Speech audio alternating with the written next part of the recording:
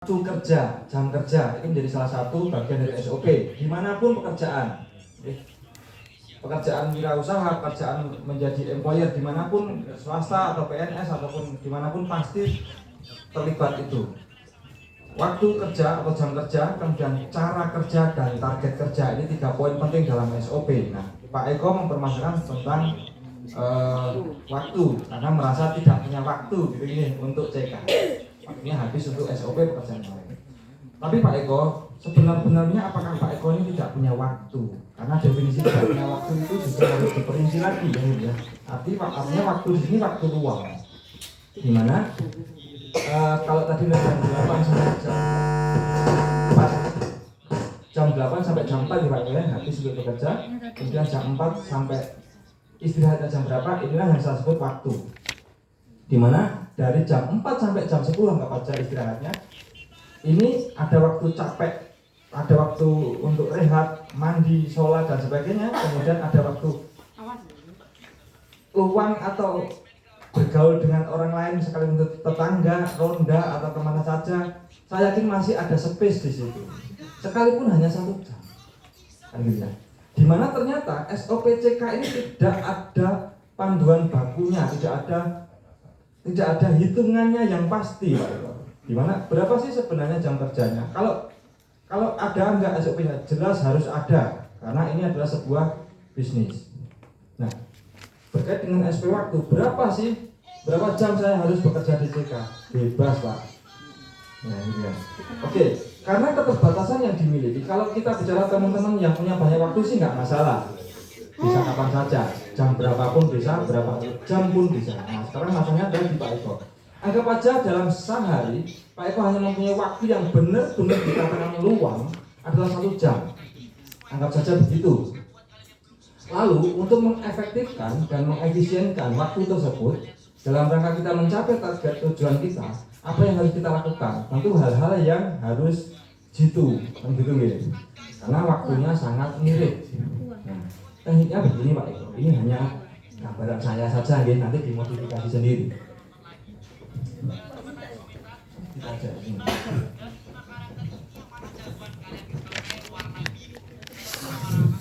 Oke, kita pahami dulu tujuannya adalah membangun jaringan. Jaringan yang kita butuhkan adalah hakikatnya sampai kapanpun kita hanya butuh 5 Pak. 5 aset atau kluster, kita sebut aset ya, yang berkualitas. Ini hasil akhirnya. Nah, untuk mencapai 5 aset yang berkualitas ini, yuk tekniknya bagaimana? Ini dari Pak Eko ini ya, Pak Eko. Kita mapping dulu. Di sini ada aset pertama yaitu A, B, kemudian C, D, E. Harapannya Pak Eko mempunyai 5 aset ini dengan catatan berkualitas, sementara waktunya terbatas. Bisa saya mulai dengan mengefisienkan waktu dengan cara begini Pak Eko. Anggap aja A ini kita beri jalur saudara. Punya saudara pastinya ya, semua orang punya saudara. Bebas saudara kandung, saudara ipar, saudara macam-macam. Di sini kita bikin daftar nama dulu. Kita jabarkan dulu atau kita istilahnya kita mapping dulu ya. Semuanya di sini yang berkategori saudara. Anggap saja ketemu 50 orang. Ini sebelum bergerak. Ini bekal kita untuk kita efektif itu seperti itu. Nah, dari 50 orang ini kita beri filter, kita beri sebuah klasifikasi. Pertama adalah yang perokok yang mana ini? Dari 50 ini. Oh, ternyata ada 17 perokok. Anggap aja gitu ya. Anggap aja begitu. Dari 17 perokok ini, mana yang rumahnya dekat dulu Pak? Karena berkaitan dengan kita menjadi distributor. Kita mendistribusi kebutuhan mereka, melayani kebutuhan mereka. Yang rumahnya dekat. Oh, dari 17 perokok saudara ini yang dekat rumahnya tinggal 5. Yang lain luar kota misalnya. Nah, boleh kita tambahin lagi yang kira-kira perokoknya kretek, kita utamakan. Nah, jika enggak ya asal perokok. Tapi kalau ternyata ada, kita prioritaskan. Ternyata ada 2, tinggal 2, yang lain filter merokoknya. Nah, jika ini disebut saudara yang perokok, yang rumahnya dekat, yang rokoknya kretek. 2. Kalau perlu tambahin lagi, kira-kira yang suka bisnis apa ya? Nah, kan karena saudara kita kadang apal ya karakternya gitu ya. Ternyata tinggal 1. Anggap aja gitu. Nah, inilah kategori-kategori yang kita spesifikkan dulu sebelumnya agar menjadi target, ya. Sehingga ini efektif dalam mengelola waktu. Nah, ketika ini sudah ketemu 1 orang sekalipun, kita kunjungi dia, kita bicara rokok, nggak masalah karena perokok pertama. Kita bicara nanti akhirnya menjadi disiplin nggak masalah karena dekat. Kita bicara kretek pun nggak masalah kok karena rokoknya kretek. Harapannya begitu ya. Kita menghindari masalah-masalah.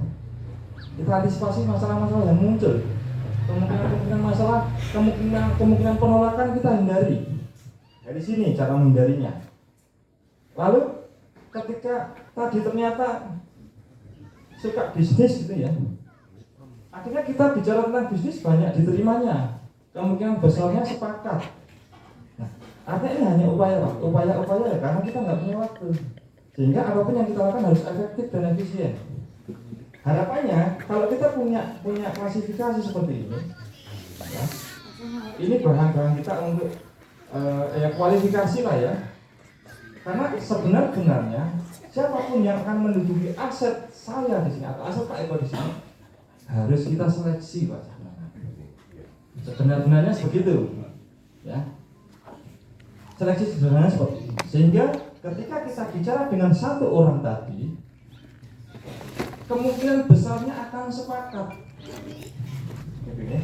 Akan sepakat. Lalu ketika sepakat, apalagi sepakat tentang bisnisnya, ya, rokok dan bisnisnya, akan menjadi aset yang berkualitas. Apa sih perilaku orang yang semangat dengan bisnisnya, cocok dengan konsepnya ini? Ya pasti akan setuju untuk melakukan hal-hal yang kita suggestkan, kita sarankan, kita edukasikan. Harapannya berkembang. Pasti akan mempunyai perilaku yang sama dengan kita. Ketika kita ajarkan hal yang sama, pasti akan dilakukan. Gitu. Dan ini hanya butuh 1 jam aja cukup. 1 hari itu kepada 1 orang 1 jam aja cukup. Yang lain buat cadangan, Pak. Ternyata masih ada 17 rokok tadi kan, buat cadangan. Yang dekat ternyata berapa buat cadangan.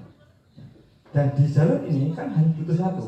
Sekalipun ternyata, wah yang cocok ternyata ada 5, Mas.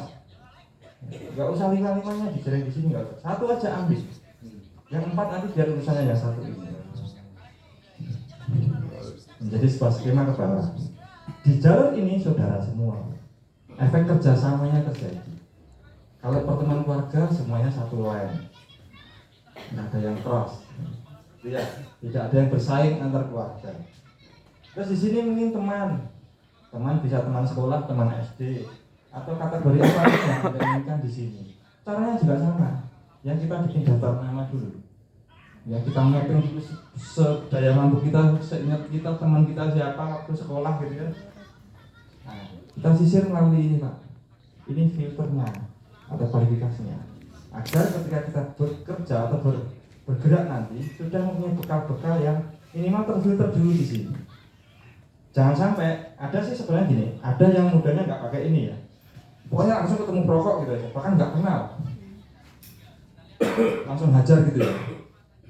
Ya, kemungkinannya tetap 50-50 kan. Ternyata perokok filter. Nanti mempermasalahkan tentang filter. Di situ boros waktu, boros energi kita menjelaskan macam-macam dan sebagainya kan gitu. Walaupun kita bisa menangani ya kalau kita paham, kalau kita benar-benar fighting di situ luar biasa ya. Tapi kalau tadi kendalanya adalah waktunya sedikit, kita juga mau ngomong juga energi kita juga nanti kebanyakan dan sebagainya, kita nggak pintar ngomong dan sebagainya. Nah ini penting Pak di sini. Ini di sini penting ya. Pak tadi, yeah. Itu nanti berbagi Pak. Masalah orang filter, Pak Eko kan gak bisa menjelaskan dalam arti keterbatasan waktu. Yeah. Nanti bawah-bawahnya bisa ada yang menjelaskan. Oh yeah. Nah, yeah, betul. Ya kalau sudah punya banyak teman nanti begitu kondisinya. Sangat diam. Jangan khawatir. Betul. Nah, saya sedang menceritakan kondisi Pak Eko yang belum punya teman, Pak. Ayo. Maksudnya belum punya kabar ya.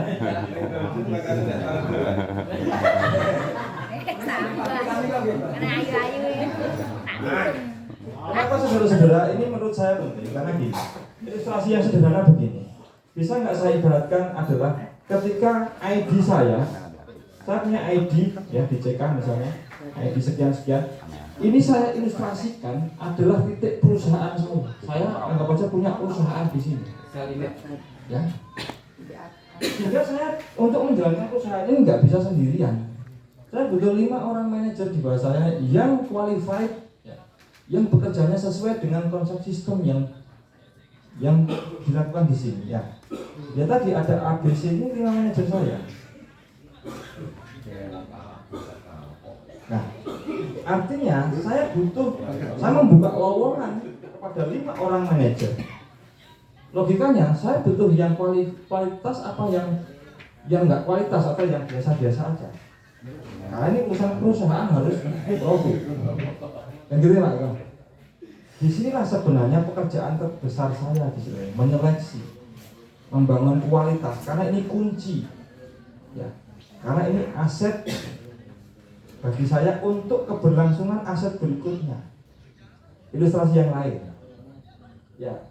Kalau saya punya sawah 1, kemudian saya untuk menjadikan ini menjadi 2 atau 3, berarti saya harus mempunyai penghasilan dari sawah ini, berarti ini harus kualitas. Ini dari sini kualitas.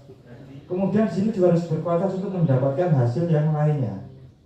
Ini kunci. Jadi kalau ininya sudah bermasalah, kalau manajer saya ini sudah bermasalah, nanti ke bawahnya semuanya masalah. Manajernya sampean ana sing bermasalah gak Padar? Pak Pak Eko. Manajernya sampean ana sing bermasalah gak? Gitu ya. Nah, mari kita pahami bersama bahasanya mindset kita adalah bukan mencari member, tapi membangun aset. Itu bedanya. Nah, kebetulan aset itu adalah seorang member atau clubber. Kan begitu.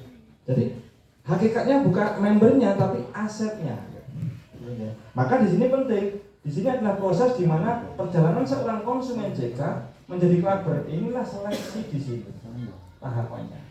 Seleksi. Ya cara kita masing-masing monggo. Seleksi. Harapannya hasil seleksi ini menunjukkan sebuah kualitas. Minimal minat, ya. Minat dan antusiasme seseorang untuk menjadi wirausaha JK itu kuat. Karena semua orang yang di sini saya yakin sudah mempunyai motif yang kuat untuk menjadi wirausaha JK, untuk menjadi MPC atau marketing pengusaha JK. Sekalipun nggak tahu caranya, tapi mempunyai minat yang kuat.